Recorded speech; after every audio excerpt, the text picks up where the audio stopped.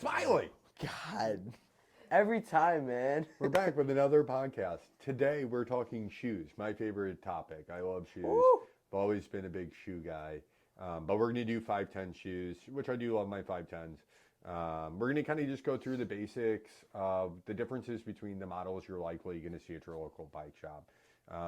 You ride clipless now. Have you had 5'10 shoes I prior? ride mixed. So I ride flats on my Enduro, clipless on my XC. Okay, what flats do you ride? I'm going to be using the Freerider Pros. You ride Freerider Pros. Freerider Pros for my flats. Okay. Point to which ones the Freerider Pros are again. These are going to be the Freerider Pros right here. Noise. Let me Full see. leather. Am I zoomed in? I am zoomed in, so that's why we're not seeing everything. Boom, Mr. Producer. Yeah, very nice. So you're not quite over the mark. You're a little bit, yep, you need to be deeper. There you go. Yeah, so all right, set those down. And then we can look and see what I ride. So these have been kind of my main workhorses. This is the 510 Impact. I've also got a pair of Sluice. I wear those. The Trail Crosses, though, have been my favorite. So I've got my Trail Crosses here. And then I also ride my Ride Concepts for mount boarding just because they got the high top and the strap up here and all that good stuff.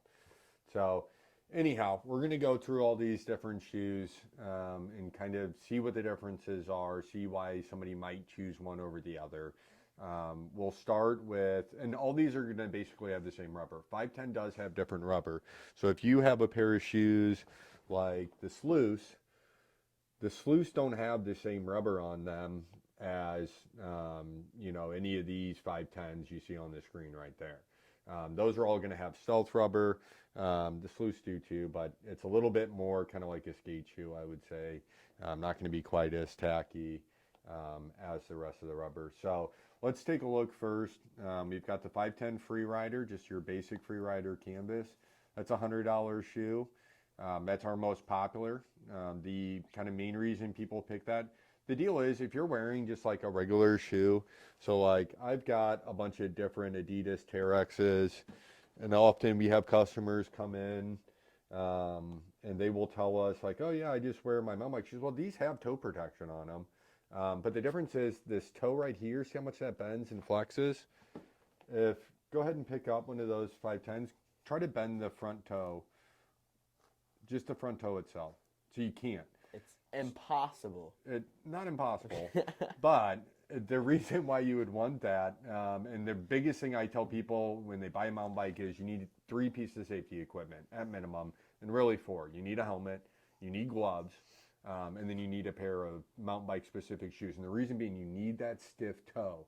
Because if you don't have that stiff toe, it's going to get caught as soon as you pedal strike. It's going to get caught between a rock and a root, and you're going to break your damn toe, or you're going to break your darn toe, and that's not going to be great for anybody. So all your 510s, all your mountain bike shoes are going to have that stiffer toe. Now, if you were to pick up those 510 Freeriders, give them a twist for me.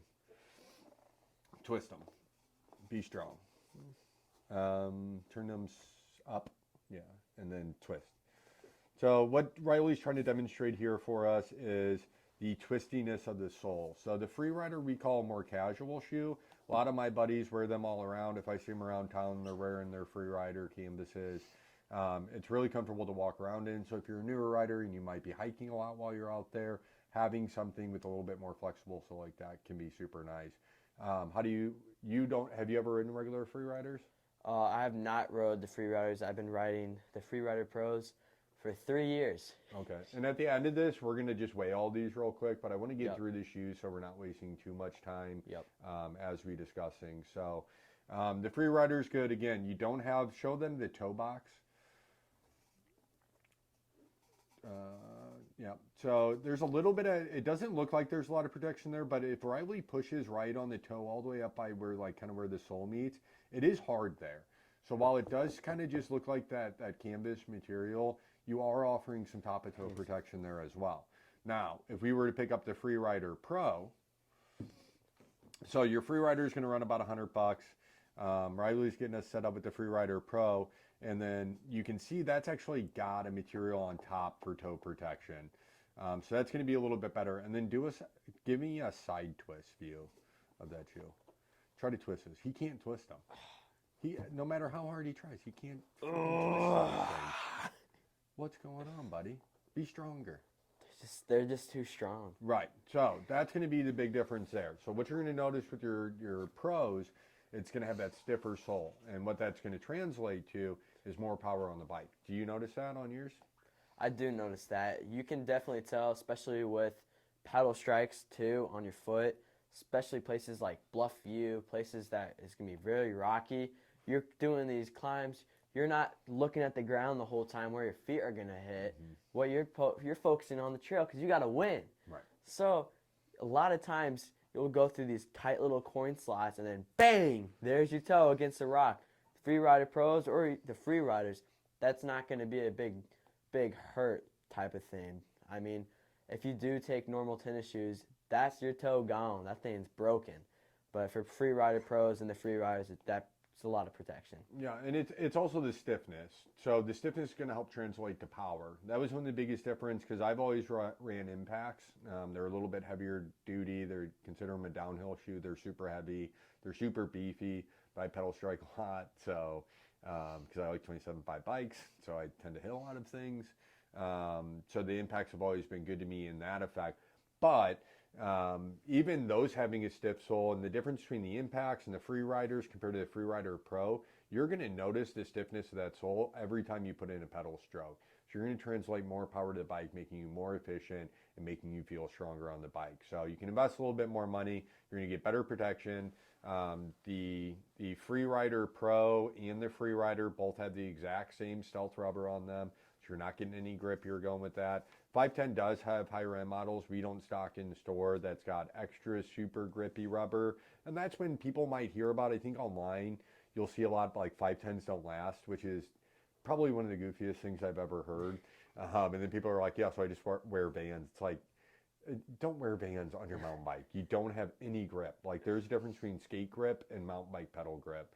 So you're putting yourself in danger and you're not getting the toe box protection that we talk a lot about, which I think is really important. We get the same thing in the Christmas lighting business. These goof balls, there's shoes called Cougar Paws. Anybody going on the roof, buy a set of Cougar Paws. Go to your local roofing supply store. They are the best thing. They have like foam pads on them. They stick you to the roof. And still in all these forums, you'll see these just absolute goofballs being like, oh no, my Vans. It's like, you're a moron. Please get off the roof. And the same thing with mountain biking. If you're going to mountain bike, you need to get mountain bike specific shoes. It is as important as your helmet. I mean, buy $100 ones, buy something cheaper, but you need that stiffness of the toe because you're going to break your toe and you're going to slip off your pedal. So I don't care. Don't wear running shoes. I've got a ton of running shoes from, I thought I had my other ones. A ton of Adidas running shoes and stuff with the toe box protection. They're still not going to help me on the bike. So get a pair of mountain bike specific flat pedal shoes. So yeah, a little bit lighter with the pros, a little bit stiffer. That's going to be your more racy shoe, where the regular free rider is going to be a bit cheaper, a bit flexier, a bit more comfortable to wear, and they're going to look like a normal skate shoe. So if you are wearing them at the gas station, the grocery store, if you're wearing them as your everyday shoe like I do my 510s, no one's going to know you look like a goofball. Now, you ride clipless. When you ride clipless, you went with the new trail crosses. Yep. So show the folks that. Those. I'll make sure you're on camera. Show them on your camera right in front of your face. Bam. So show them the bottom. Pretty sleek. Still have that stealth rubber plus. Yeah, clipless. I don't ride clipless. We don't sell a lot of clipless. People who race, people come from a road background tend to really like those. We sell 200 pairs of flat pedals or flat pedal shoes to every clipless that we sell here, mainly because we don't stock a bunch of them, but still you get my point. Something to keep in mind, there is a difference between a road bike shoe, clipless shoe, and a mountain bike clipless shoe. So the mountain bike ones, the clip's going to be a little bit set farther back towards the middle of your foot, so you're more balanced on your pedal. Whereas a road bike shoe, the clips are going to be very far forward to ensure you have maximum power being generated. So you can use all those little toe muscles and all that good stuff. Supposedly, I wouldn't know these things. So yeah, that's all we're going to talk about on clipless shoes. I'm already starting to feel dizzy and a little bit nauseous. So let's jump over to the Trail Cross flat pedal shoe. So if you look in the bottom, again, we're looking at stealth rubber. The only difference between this stealth rubber, this is called like the Phantom stealth rubber or something. Or no, this is just a regular stealth rubber. The Sleuths have the Phantom.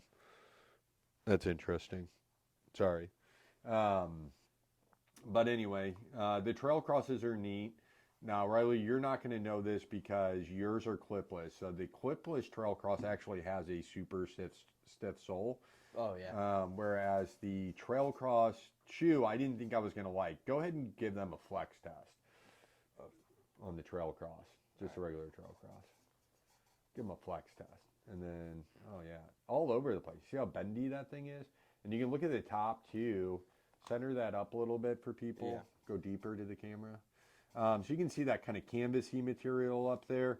It makes for a really lightweight, really flexible shoe. I didn't think I was going to like that whatsoever when I rode them on the trail. And then what I realized is that flexiness actually kind of grabs around like kind of like you got falcon talons or like eagle talons on your pedals. So your feet turn into these bird claws. Oops, I'm not on camera. These feet turn into these bird claws. Just like grab your pedals and you're actually in really good control. So you're going to sacrifice a little bit as far as your pedaling efficiency goes. But you're going to gain in your kind of confidence on the bike. And then again, those shoes are kind of intended to be a hybrid, to also be something good to run or hike around on and stuff like that. So also a really comfortable shoe, super thin tongue up top. Again, adds the comfortability of things. If you are hiking around and stuff, it's going to be a really nice shoe. So Riley, what is your, I'm going to have you tell us all about each one of these shoes. Freerider, what do you think the pros and cons are of the Freerider that we just went through? Pros is still going to have that toe box protection. It's going to have the same rubber. Maybe I should show it to the camera. Still going to have that same rubber. It's still going to have that same toe protection. This will not have the leather that the 510 Freerider Pros will have, though. So if this gets muddy and disgusting, it's not going to be quick and drying. Also not going to be as weatherproof as the Freerider Pros. Freerider Pros are going to have this enclosed leather, also going to have this toe box protection, which makes it a lot more stiff. This toe box protection is more in depth, as you can see. This one's a stitch, and this one is going to be, I don't even know what that material is, but they put a material around Yeah, synthetic across the top. Yeah. So it's going to go with the leather. It's way more stiff, so you're going to have more power efficiency. Freeriders is more casual, I'd say. This is like full pro. We're going to go into trail cross. Trail cross is going to be, you can run, you can hike with. That's pretty nice to have. Deeper in on the camera. All right. Yep. So we're just learning here. We're working on this new camera setup. We're going to be real good at it. Yeah. Real good at it real soon. Run, hike, and still bike. And like he was talking about, the Eagle Talls, or the Eagle Claws. Also still going to have that inbox toe protection. So you're not going to be missing that out for these ones too. So that's, we're from over here in St. Louis, so yeah, we can get the Eagle down. And then grab the other trail cross. So grab the XT version. Pick that up real quick. No. The other one on screen.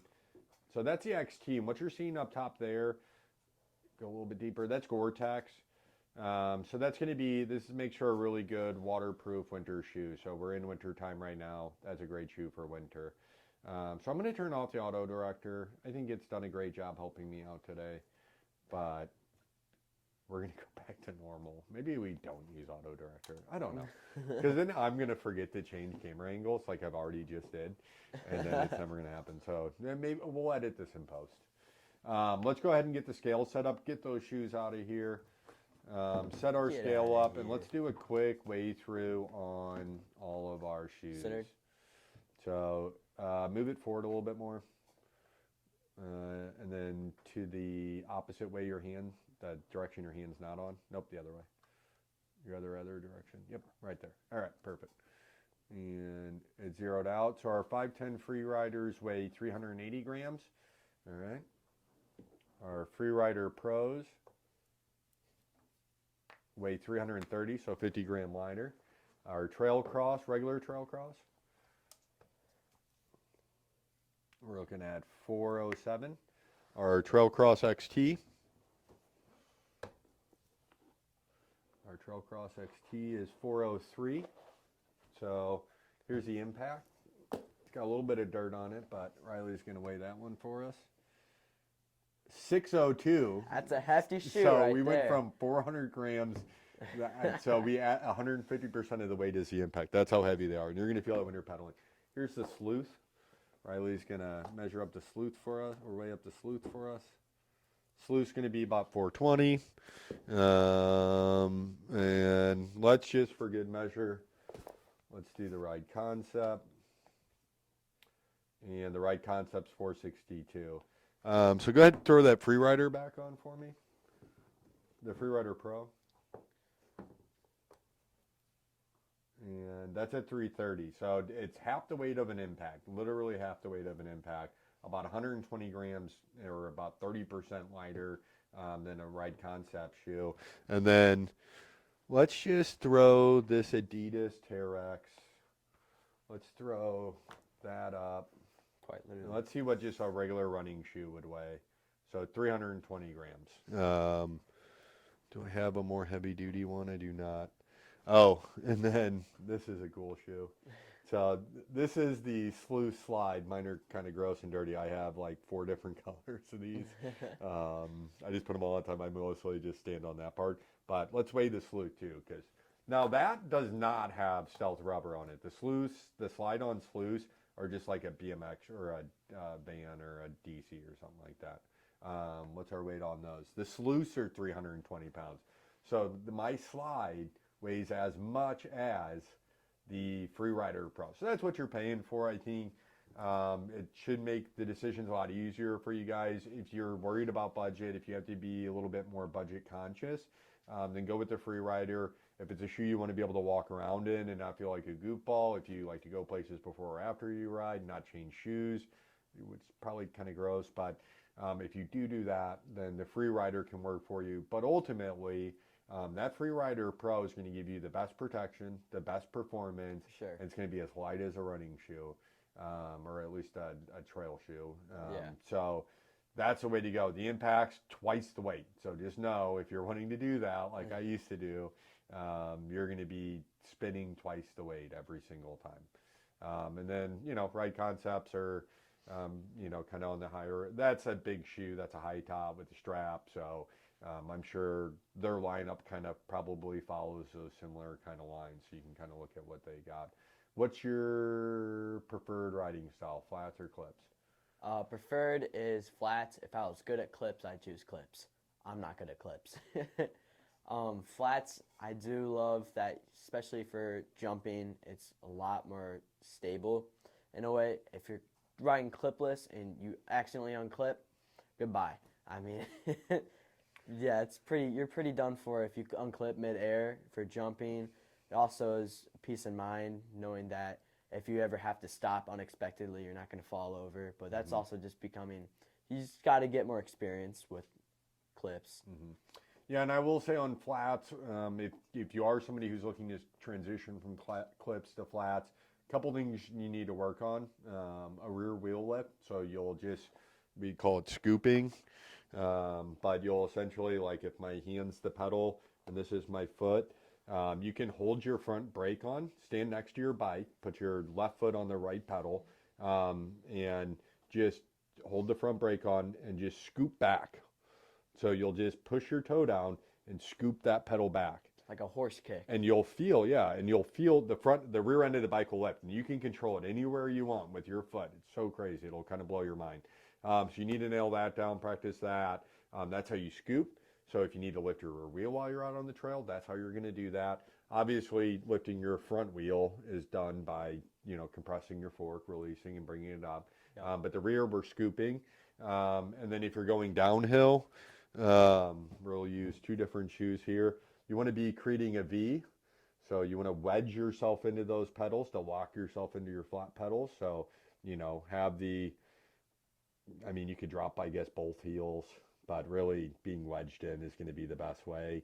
It's a little bit dangerous, again, why I probably wore impacts for so long, but I would typically drop my front heel and then my front toe or my rear toe, and then create a V and just lock myself into those pedals so I don't come off them. If you just drop both your heels, then you can come off those pedals. So create a wedge wedge yourself in. You're not coming out. You're not going to slip off your pedals going downhill. So that's really important.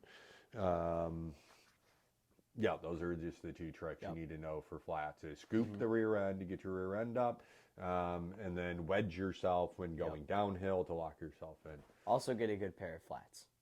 Yep. Flat pedals. Yes. Flat pedals, or you have these nice flat shoes, and then you have these random pedals you found off on Amazon. It's gonna be grippy, but it's not gonna be as grippy as it could potentially be. Absolutely. Use these flats with the crazy grip they're gonna have. Use it to what it needs. Like 1-Up aluminum pedals is what I use. Best grip, best pedal. It's my favorite pedal. I mean, I pair it with the 510 Pros, Freerider Pros, 1-Up aluminum pedal, which is basically spikes. Yep. Ultimate. I've only slipped a pedal 2 times in my life. Yeah, I always tell people like I can basically 1-foot pedal with, if you get like a 1-Up pedal or whatever your nice pedal is of choice, spend $100 on a pedal. If you're gonna get a posit, you can get away with like $50, but get a nice pedal and a nice shoe, and you'll be like glued on there. Like it'll almost be a pain in the butt how well you stick there because you won't be able to readjust your foot. Yeah. You'll literally have to lift your foot to readjust. So that's super nice. I think me and you have drone on about shoes for just about as long as anyone can take. I think so. So let's end it there. And then maybe next week we'll talk about pedals. That's what we need to do.